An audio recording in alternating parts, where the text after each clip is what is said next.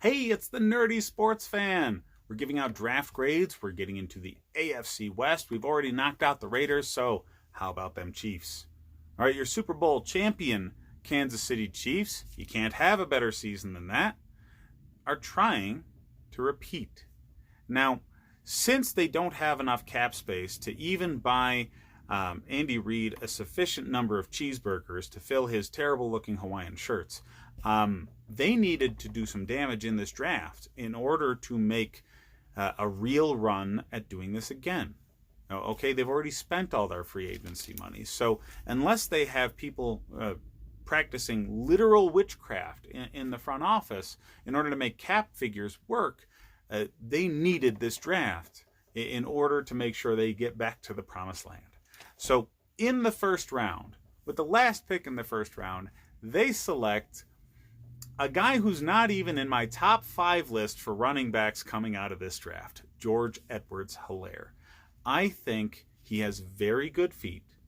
I think he was used in the passing game, so he will effectively transition in as a running back in Andy Reid's system. I also think he's as good or better than running backs you already have on the team. I'm not saying he's a terrible player. I am saying there's 4 or 5 running backs in this very draft that are better. And I do feel that he had the benefit of a superior offensive line. You have 2 middle offensive linemen that were drafted.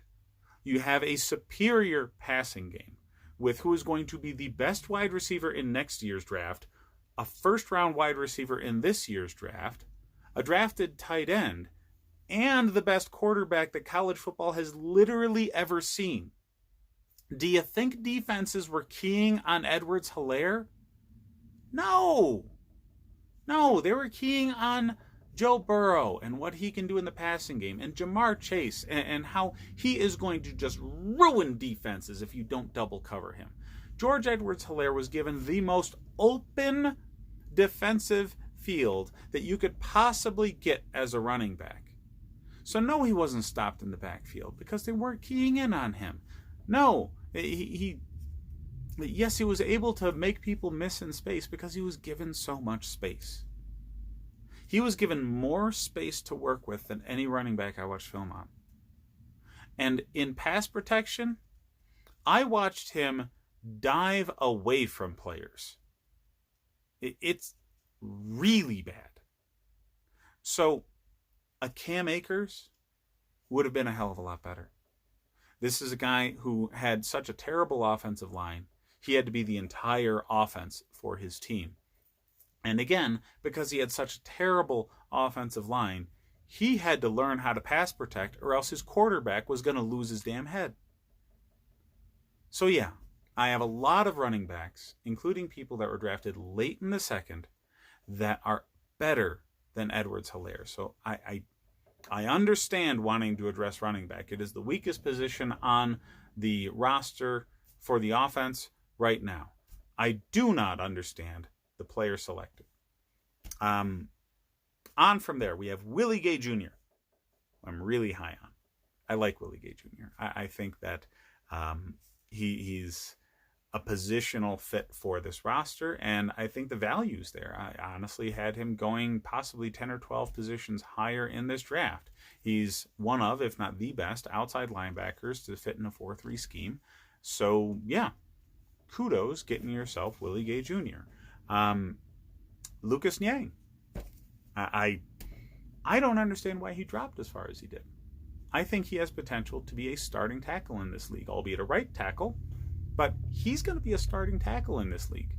And considering your left tackle isn't necessarily the greatest one in the league, he might work in during the course of training camp and the preseason to be an upgrade at that position. So I like Niang a great deal. I think he's going to be solid. He will be a starter this year and many years into the future. Beyond that, L'Jarius Sneed, Dana, Keys, they're far enough in the draft for a reason. Okay, these guys are at the absolute best rotational depth, more likely to just be camp bodies or people that you want to sign to the practice squad towards the end of the off season.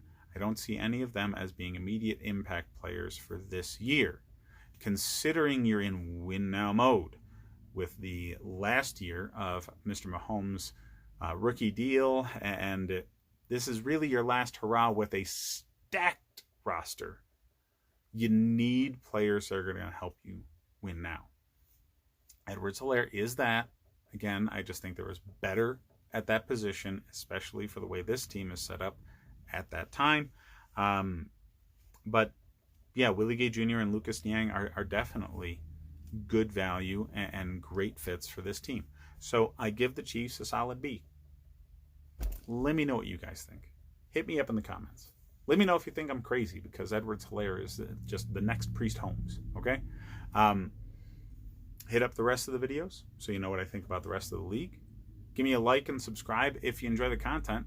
And I'm announcing my Patreon in these videos. We have fantasy football season coming up, and I absolutely dominate fantasy football. It's why during the season I make videos for every game about players you need to pay attention to in fantasy football. So if you need help with setting your draft board, setting your lineups, hit me up. I'm your man. Thanks for watching, guys.